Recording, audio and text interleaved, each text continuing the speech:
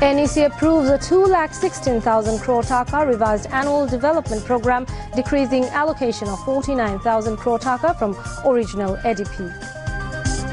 Interim government gains confidence at home and abroad. A fugitive party trying to destabilize the country, Chief Advisor Professor Muhammad Yunus tells BBC Bangla.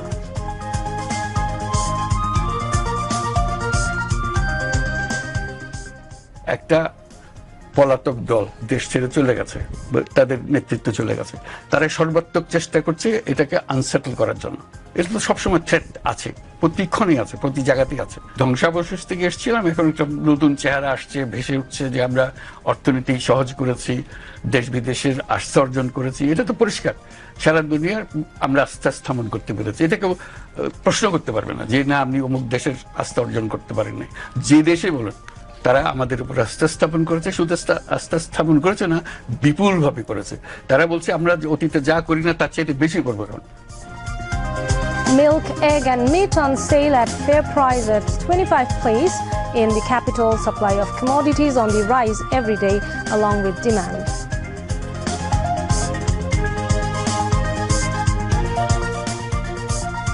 Appellate Division stays High Court verdict cancelling appointment of 6,531 candidates as assistant teachers in government primary schools. Appellate Division upholds High Court verdict acquitting BNP chairperson Begum Khalida Zia in Zia Charitable Trust graft case. 4 measures proposed in London meeting with participation of European leaders over Ukraine crisis. Emphasized laid on continuing military assistance to Ukraine and increasing economic pressure on Russia. Agrani Bank, Gulshan Cricket Club and Prime Bank Cricket Club win their respective matches on the opening day of Dhaka Premier League.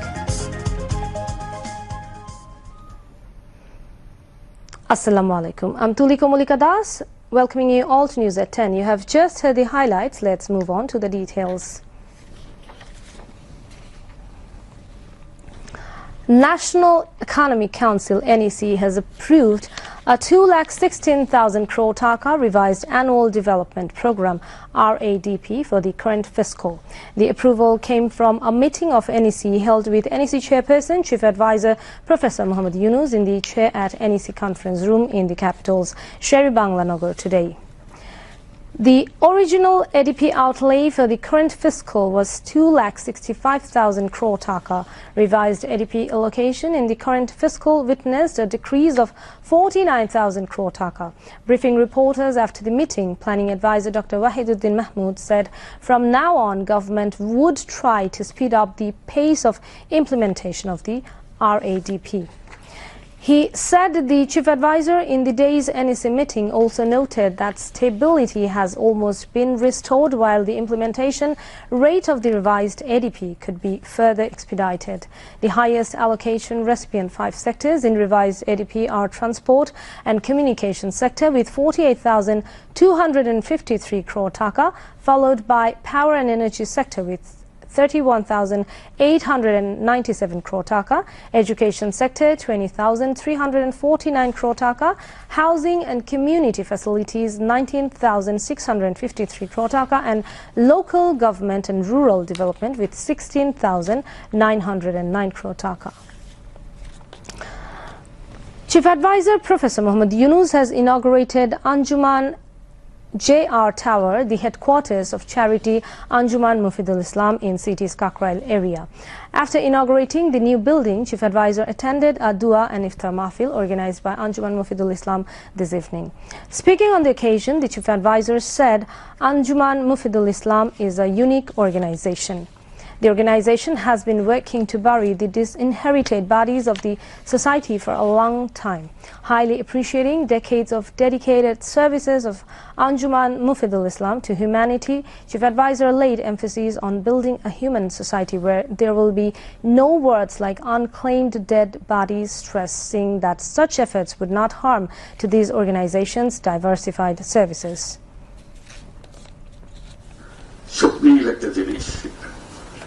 যত দুর্গম হোক, যত কঠিন পরিস্থিতি হোক, ওই নামটা আসে কি করেছে আঞ্জুমানের মফিদুল ইসলাম দখল করে দিয়েছে। বিশেষ করে করোনার সময় এই নামটা বারে বারে এসছে, যে কোনো সময় যে কোনো জায়গাতে বারে বারে আসছে। কাজটা আর নামটা একাকার হয়ে গেছে। এই নামটা ওই কাজের অর্থবাহক। বহু দিক থেকে এটা অনন্য একটা প্রতিষ্ঠান, এত দীর্ঘমেয়াদী একটা প্রতিষ্ঠান টিকে আছে শুধু নয়, এটা মজবুত আছে এবং বড় রকম ভাবে শক্তভাবে কার্যক্রম পরিচালনা করছে, নানা দিকে ছড়িয়ে যাচ্ছে। এটা অবাক কেন?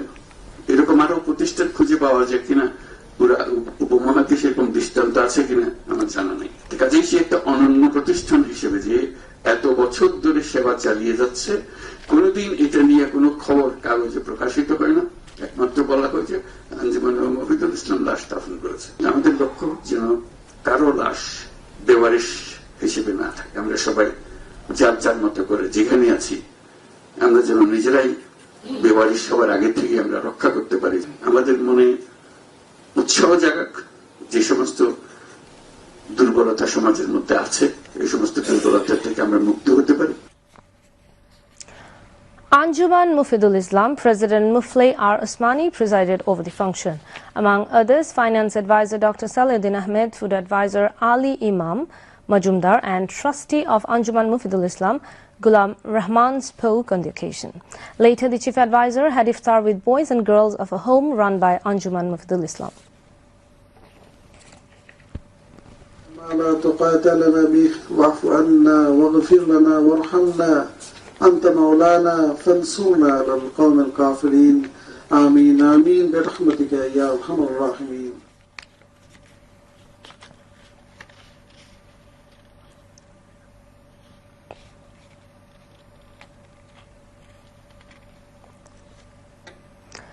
Chief Advisor Professor Muhammad Yunus has said that a fugitive group is trying to destabilize the country. The Chief Advisor made the remarks in an interview with BBC Bangla recently. The news outlet published the interview today. Responding to a question, the Chief Advisor claimed that the government has eased the country's economy by turning around from the rubble-like situation. Dr. Yunus gave a positive message about the success of the country as well as the acceptance of the government in the international arena. The government has been able to gain confidence at home and abroad. Besides, the Chief Advisor also talked about the law and order situation of the country, national unity, international relations, reform activities, election roadmap and Awami League's future in the country's politics.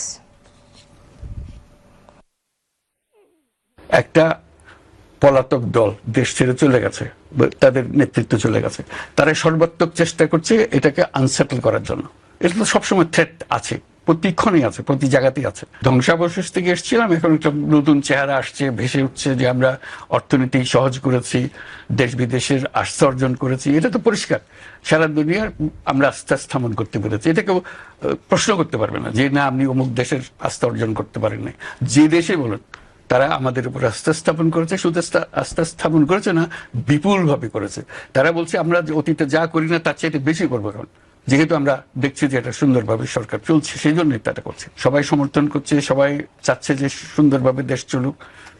তাদের মধ্যে ঐক্য আছে, সবার মধ্যে ঐক্য আছে।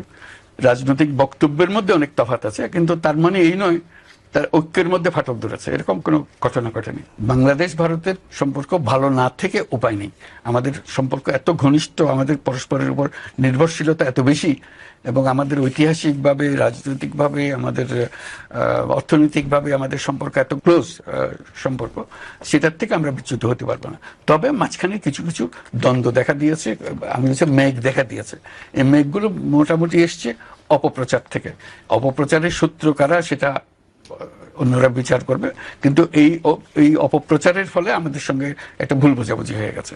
সেই ভুল বোঝাবুঝির থেকে আমরা উত্তরণ করার চেষ্টা করছি, কিন্তু মূল সম্পর্কের মধ্যে কোনো, আমরা সবাই এই দেশের নাগরিক, আমাদের এই দেশের উপরে সমান অধিকার, আমরা সব ভাই ভাই, আমাদেরকে এই দেশেই বাঁচতে হবে, এ দেশকেই বড় করতে হবে।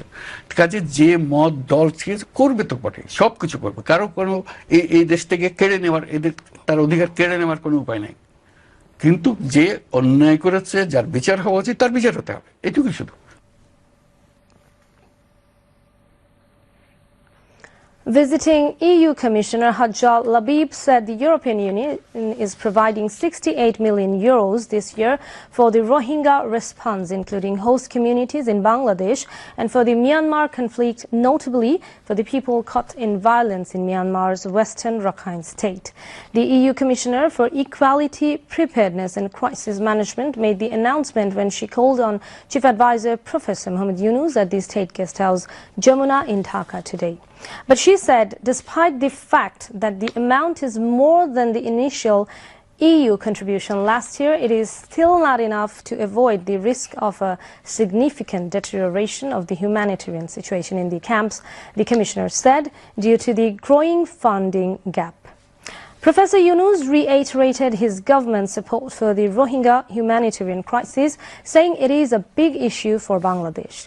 During the hour-long meeting, they also discussed energy connectivity, including hydroelectricity, import opportunities from Nepal, flood management, including in the region, climate change, and the interim government's reform initiatives. Professor Yunus sought EU support for the import of hydroelectricity from Nepal, as it would pave the way for Bangladesh's transition towards renewable energy and ease of reliance on fossil fuels. The EU Commissioner stressed more cooperation in preparedness, disaster management and climate change, including flood control, saying the EU is keen to exchange good practices and preparedness strategies with Bangladesh. She also reiterated EU support for the reform agenda of the interim government. The chief advisor said the interim government was committed to holding a free and fair election, and the vote would likely to be held by December this year.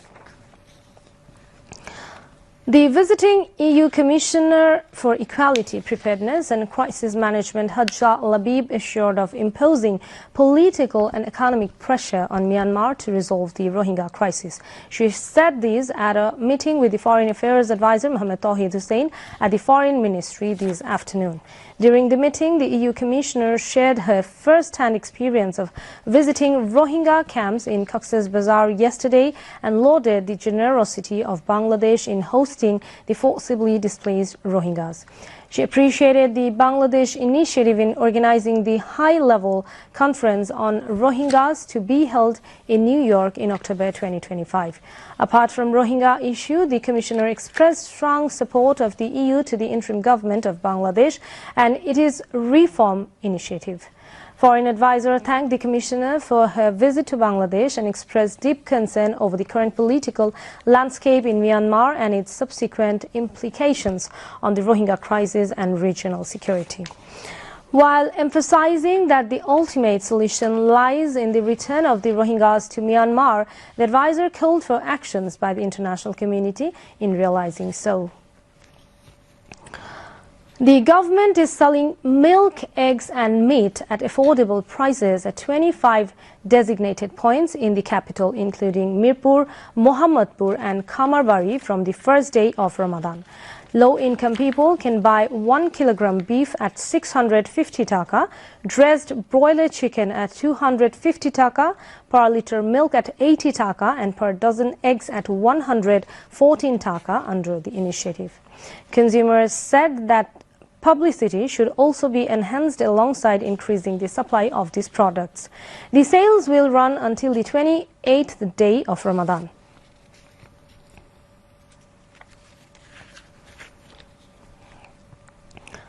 The Appellate Division has stayed the verdict of the High Court that scrapped final results of 6,531 persons selected for appointments in the posts of assistant teachers in government primary schools. So there is no bars now in recruiting 6,531 teachers in Dhaka and Chattogram divisions. The three-member bench of the Appellate Division, led by Senior Justice Ashraful Islam, gave the stay order today after a hearing on the leave to appeal filed by the Directorate of Primary Education.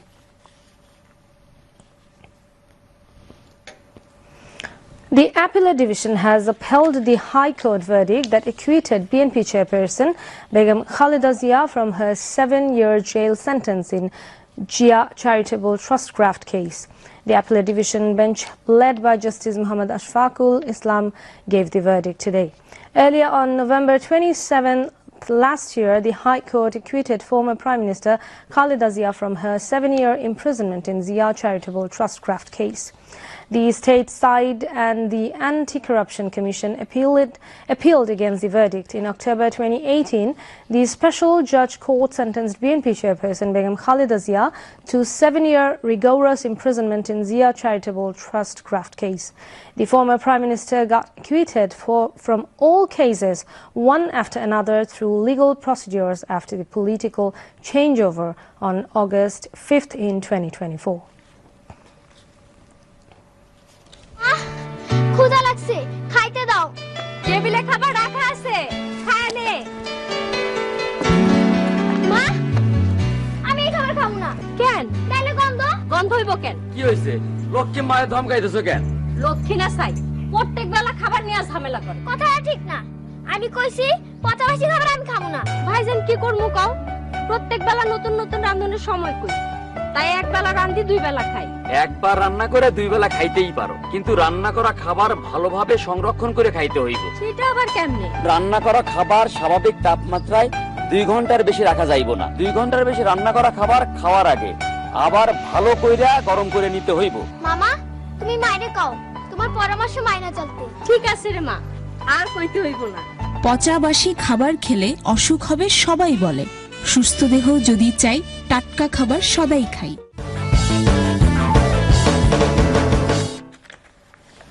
Now moving on to the international news. France and Britain are proposing a 1-month truce in Ukraine in the air, at sea and on energy infrastructure after crisis talks in London, French President Emmanuel Macron said. In an interview with France's Le Figaro newspaper, Macron said that such a truce would not initially at least cover ground fighting. The problem there was it would be very difficult to check that it was being respected given the size of the front line, he said.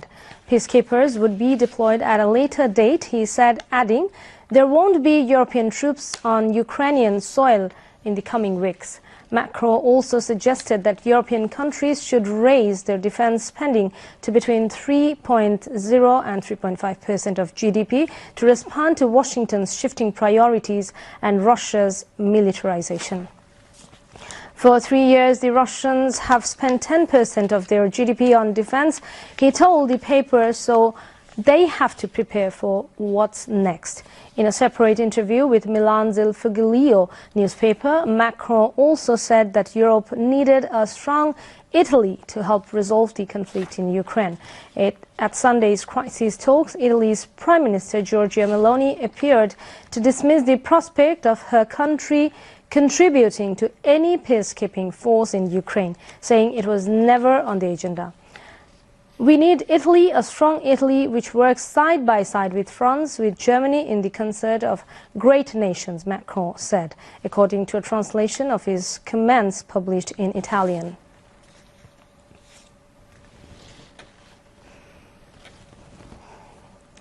Ukrainian President Vladimir Zelensky said today he would work with Europe to set terms for a possible peace deal to present to the United States after allies gathered in London pledged to spend more on security and assemble a coalition to defend any truce in Ukraine. The weekend crisis talks, which brought together 18 allies, came at a delicate moment for war-battered Ukraine, facing uncertain U.S. support and on the back foot against Russia's 3-year invasion. Days earlier, U.S. President Donald Trump berated Zelensky in front of reporters at the White House, heightening fears he intends to force Kyiv into a peace deal that gives Russian President Vladimir Putin what he wants. But European leaders closed ranks in support of Kyiv, with Zelensky saying afterwards the summit cemented their commitment to work towards peace. UK Prime Minister Keir Starmer likewise said that Britain, France and others would work with Ukraine on a plan to stop the fighting, which they would then put to Washington. And French President Emmanuel Macron, flying back from the summit, told Le Figaro newspaper that France and Britain wanted to propose a partial one-month truce in the air, at sea and on energy infrastructure. Starmer and Macron have said they are prepared to deploy British and French troops to Ukraine to help preserve any truce. Israel announced yesterday that it was suspending the entry of supplies into Gaza and threatened consequences for Hamas if it did not accept a proposal for a temporary extension of the truce in the Palestinian territory. Prime Minister Benjamin Netanyahu decided that from this morning, all entry of goods and supplies into the Gaza Strip will be suspended, his office said in a statement. Israel will not accept a ceasefire without the release of our hostages. If Hamas persists with its refusal, there will be other consequences, the statement added. Hamas slammed the move, calling it a war crime and saying it violated the terms of the ceasefire agreement between the two sides, the first 42-day phase of which just drew to a close. A proposed extension of the first phase, which according to Netanyahu's office was put forward by U.S. President Donald Trump's Middle East envoy Steve Witkoff, would last through Ramadan and end at Passover in mid-April. According to the Israeli statement, the extension would see half of the hostages still in Gaza freed on the day the deal came into effect, with the rest to be released at the end if an agreement was reached on a permanent ceasefire. Hamas said in a statement on Sunday that Netanyahu's decision to suspend humanitarian aid is cheap blackmail, a war crime, and a blatant coup against the ceasefire agreement. The Palestinian group has consistently favored a transition to the second phase of the ceasefire, which would see the release of all remaining hostages and a more permanent end to the fighting in the war-ravaged Gaza Strip. Soaring temperatures shut down schools in nearly half of the Philippine capital on Monday, local officials said, as the torrid dry season started in the tropical Southeast Asian country. A National Weather Service advisory warned that the heat index, a measure of air temperature and relative humidity, was set to reach danger levels in Manila and two other areas of the country. Heat cramps and heat exhaustion are likely at that level, the advisory said, warning residents in affected areas to avoid prolonged exposure to the sun. A heat wave struck large areas of the Philippines in April and May last year, leading to almost daily suspensions of in-person classes, affecting millions of students. Manila's temperature hit a record 38.8 Celsius on April 27 last year, while temperatures were only expected to hit 33 degrees Celsius on Monday. Local governments in Manila and 6 other districts ordered classrooms closed as a precaution. The capital region has a student population of more than 2.8 million, according to Education Department data. In Manila's Malaban district, Education Department official Edgar Bonifacio said the suspensions affected more than 68,000 students across 42 schools. No Other Land, a film about Palestinians fighting to protect their homes from demolition by Israel's military, has won the Oscar for Best Documentary Feature. The collaboration between Israeli and Palestinian filmmakers triumphed on Sunday over Porcelain War, Sugarcane Black Box Diaries, and soundtrack to a coup d'etat. The film, produced between 2019 and 2023, follows activist Basil Adra as he risks arrest to document the destruction of his hometown, Masafir Yatta, which Israeli soldiers are tearing down to use as a military training zone at the southern edge of the West Bank. Adra's pleas fall on deaf ears until he befriends a Jewish Israeli journalist, Yuval Abraham, who helps him amplify his story. Accepting the award, Adra said No Other Land reflects the harsh reality Palestinians have been enduring for decades. About 2 months ago, I became a father, and my hope to my daughter that she will not have to live the same life I'm living now, always fearing settlers, violence, home demolitions and forcible displacements that my community is living and tasting every day under Israeli occupation, said Adra. He also called on the world to take serious actions to stop the injustice and to stop the ethnic cleansing of the Palestinian people. Now back to the national news. The quality of air in Dhaka is deteriorating day by day and turning it disastrous. The air quality is considered disastrous when it crosses 300. But in Dhaka, it remains above 300 most of the time.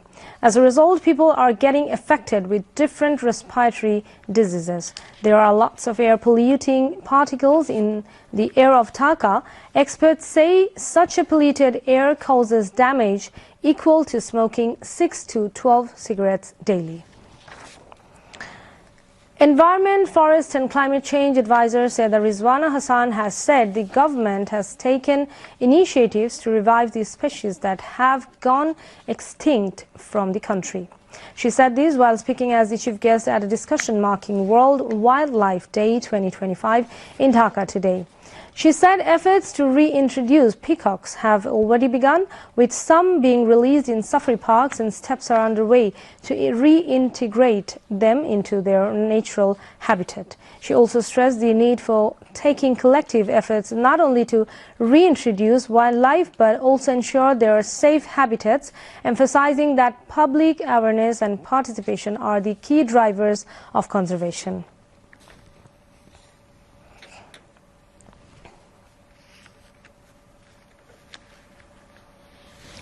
A seminar titled Upholding Environmental Justice, the Role of Judges for a Sustainable Future was held at a local hotel in the capital today.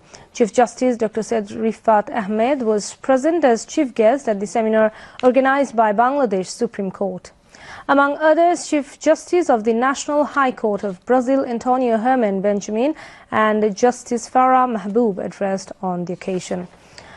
Attorney General Muhammad Asaduzzaman and senior lawyers took part in the seminar. The speakers stressed on the importance of freedom of the judiciary to ensure sustainable future and environmental justice. Home Secretary Muhammad Nasimul Ghani said police must earn people's confidence by sincerely discharging responsibilities conferred on them. He said this while visiting Pallavi police station in the capital this evening. Home Secretary instructed the law enforcers to augment nighttime patrol. Senior police officials were present at this time.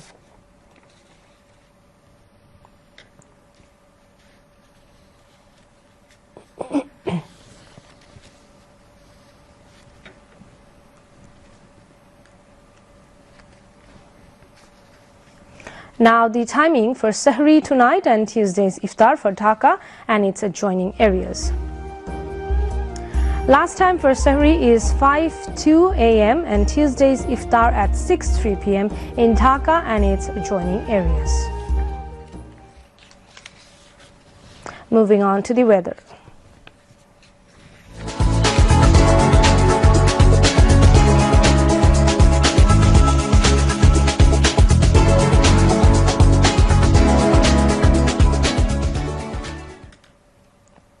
Met Office in its weather forecast till 6 p.m. tomorrow said weather may remain dry with temporary partly cloudy sky over the country. Night and day temperature may fall slightly over the country. Country's lowest temperature was recorded today 14 degrees Celsius at Tetulia and highest temperature was in Baghbari and Jashore 34 degrees Celsius. Capital Dhaka's lowest temperature was recorded 23.5 degrees Celsius and highest temperature was 32.6 degrees Celsius.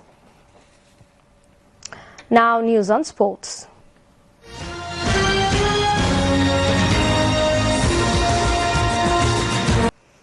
Agrani Bank Cricket Club, Gulshan Cricket Club and Prime Bank Cricket Club won their respective matches in the opening day of Dhaka Premier Division Cricket League. Agrani Bank Cricket Club beat Abahani Limited by 6 wickets at Sher-e-Bangla National Cricket Stadium in Mirpur. Batting first, Abahani were all out for 234 runs in 50 overs. In reply, Agrani Bank Cricket Club scored 235 runs for 4 wickets in 45 overs. Imrul Kaya scored 94 runs for the team. Gulshan Cricket Club defeated Tamim Iqbal's Mohammedan Sporting Club by a huge margin of 107 runs at the BKSP Ground 3. Batting first, Gulshan Cricket Club scored 298 runs for 8 wickets in 50 overs. Iftikhar Hussain Ifti scored 108 runs for the team. In reply, Mohammedan Sporting Club were bowled out for 191 runs in 40 overs 2 balls. Prime Bank Cricket Club beat Rupganj Tigers Cricket Club by 3 wickets at the BKSP Ground 4. Batting first, Rupganj were all out for 216 runs in 48 overs 4 balls. In reply, Prime Bank Cricket Club scored 220 runs for 7 wickets in 32 overs 4 balls. Shamim Hussain scored an unbeaten 98 runs for the team. India will face Australia in the first semi-finals of the ICC Champions Trophy tomorrow. The match will start at 3 p.m. Bangladesh Standard Time at the Dubai International Cricket Stadium. India and Australia have played a total of 151 ODI matches. India has won 57 matches and lost 84 matches. Other 10 matches were abandoned. We are at the end of the bulletin. Before ending, headlines once again. NEC approves a 2,16,000 crore taka revised annual development program, decreasing allocation of 49,000 crore taka from original ADP. Interim government gains confidence at home and abroad. A fugitive party trying to destabilize the country, Chief Advisor Professor Mohammed Yunus tells BBC Bangla.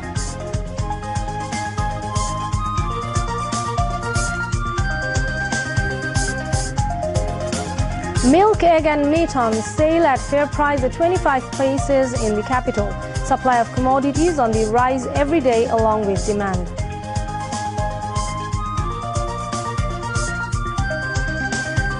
Appellate Division stays High Court verdict cancelling appointment of 6,531 candidates as assistant teachers in government primary schools.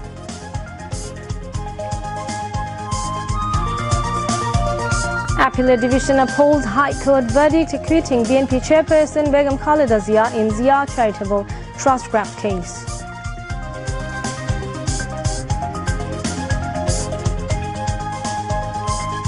Four measures proposed in London meeting with participation of European leaders over Ukraine crisis. Emphasis laid on continuing military assistance to Ukraine and increasing economic pressure on Russia. And Agrani Bank, Gulshan Cricket Club and Prime Bank Cricket Club win their respective matches on the opening day of Dhaka Premier League.